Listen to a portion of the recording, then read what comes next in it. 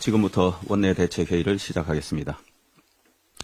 지난 23일 강원도 인제 군부대에서 훈련을 받던 훈련병이 사망하는 사고가 있었습니다.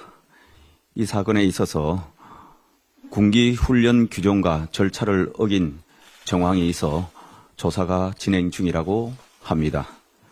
사망한 훈련병에 깊은 애도를 표하며 군 당국과 경찰은 신속하게 조사하여 사유를 명확히 밝혀주기 바랍니다. 군 당국은 일선 현장에서 훈련 규정이 지켜질 수 있도록 점검 및 재발 방지 대책을 신속히 마련할 것을 촉구합니다. 오늘은 본회의가 열립니다. 구체적인 의사일정도 아직 통보받지 못했습니다. 민주당은 여야 간 의사일정 합의도 없이 본회의를 강행하려 하고 있습니다. 21대 국회 시작인 원구성부터 마지막 본회의까지 4년 내내 일관된 민주당 일방 통행이 개탄스러울 따름입니다. 민주당은 오늘 최상병 특검법뿐 아니라 충분한 법적 검토도 없고 충분한 사회적 논의도 없으며 상임위 합의도 없는 산무 법안들을 본회의에서 일방 처리하려고 하고 있습니다. 야당이 오늘 처리하겠다는 전세사기 특별법은 전문가들도 법리상 문제점과 집행 불가능성에 대한 문제를 지적하고 있습니다. 특히 선구제 후회수의 실효성 문제로 전세사기 피해자에 대한 신속한 구제도 어렵고 수조 원 가량 막대한 국가재정을 투입하여 추후 회수가 곤란한 경우 그 손해는 고스란히 국민 부담으로 전가된다는 문제가 있습니다. 게다가 이 법이 선례로 남게 되면 다른 유사 사기 피해자와의 형평성 문제도 발생할 수 있어 신중히 살펴보아야 합니다. 이미 여야는 작년에 전세 사기 피해를 입은 분들의 고통을 덜기 위해 작년 6월에 어렵게 합의하여 특검법을 제정하였습니다.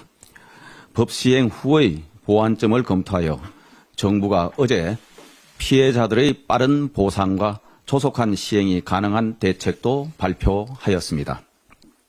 민주당이 정말 피해자분들에게 실질적인 도움을 주고자 한다면 민주당 법안을 강행 처리할 것이 아니라 국회와 정부가 머리를 맞대고 대안을 마련하는 것이 정도입니다. 민주유공자법도 마찬가지입니다. 다시 하겠습니다. 민주유공자법도 마찬가지입니다.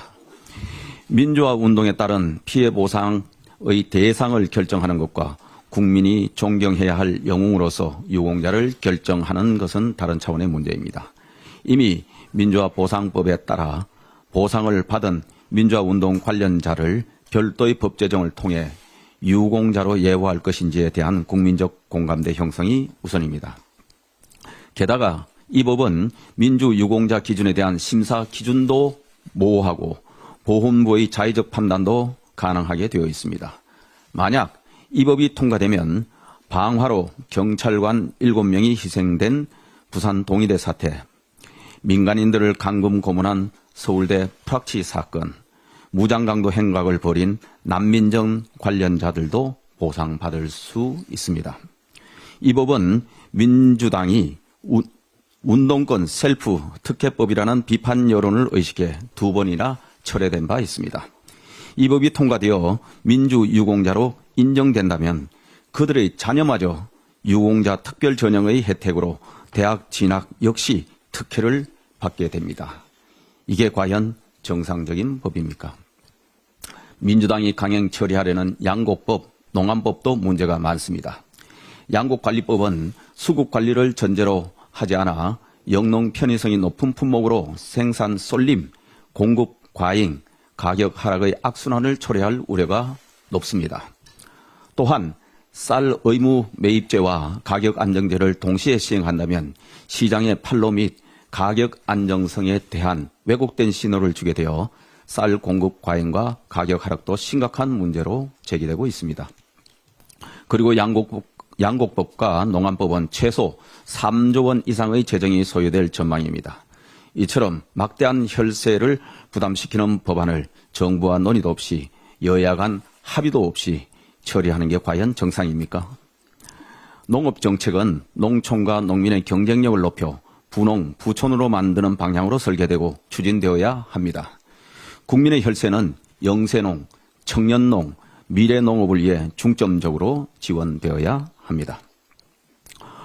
오늘 본회의에서 민주당이 강행 처리하려는 법안들은 모두 법적 검토, 사회적 논의, 국민적 공감대도 형성되지 않아 여야 합의에 실패한 법안들입니다. 이런 졸속 입법을 국민의힘은 찬성할 수 없습니다. 야당이 이렇게 무리하게 법안들을 강행 처리하는 이유가 무엇입니까? 법안 통과를 강행하고 대통령 거부권 행사를 유도해서 또다시 탄핵을 외치려는 민주당의 전략 아니겠습니까?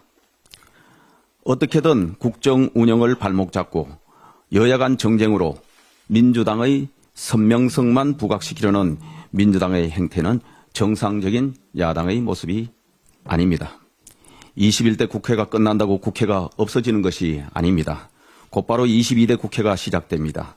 21대 국회에서 마무리하지 못하고 남긴 과제들은 22대 국회가 이어서 해결하는 것이 순리입니다. 김진표 국회의장님께 호소합니다. 여야 합의 정신을 지켜주십시오. 국회의장 직무는 국회법 제10조 의장은 국회를 대표하고 의사를 정리하며 질서를 유지하고 사무를 감독한다고 명시되어 있습니다. 국회법은 여야 합의 정신이 기반이 된 법률입니다. 법률 심사도 제대로 거치지 않고 반칙으로 본회의에 부의된 졸속 법안들을 여야 합의도 없이 본회의에 상정하실 국회의장님이 아니라고 믿습니다. 의사봉을 칠 때마다 한 번은 여당을 보고 한 번은 야당을 보고 마지막으로는 국민을 바라보며 의사봉을 두드리겠다. 이만섭 전 국회의장님의 말씀입니다. 김진표 의장님께서도 논란 법안을 하나하나 면밀히 살펴보신다면 이런 법안들을 상정하실 수는 없을 겁니다. 최상병 특검법도 마찬가지입니다. 이 법은 민주당을 위한 민주당에 의한 특검법 아닙니까? 이 법이 가결되는 순간 민주당은 대통령 제2요건 행사의 정당성을 문제 삼으며 탄핵 열차에 시도를 걸려는 의도가 분명합니다. 국민의힘은 집권 여당으로서 무분별한 입법 폭주를 막아내겠습니다. 다수당의 횡포로 입법 폭주가 진행된다면 거부권으로 저지할 수밖에 없는 현실입니다. 다시는 이런 일이 일어나지 않아야 합니다. 여야 합의와 협치 정신에 따라 국회가 운영되기를 호소드립니다. 감사합니다.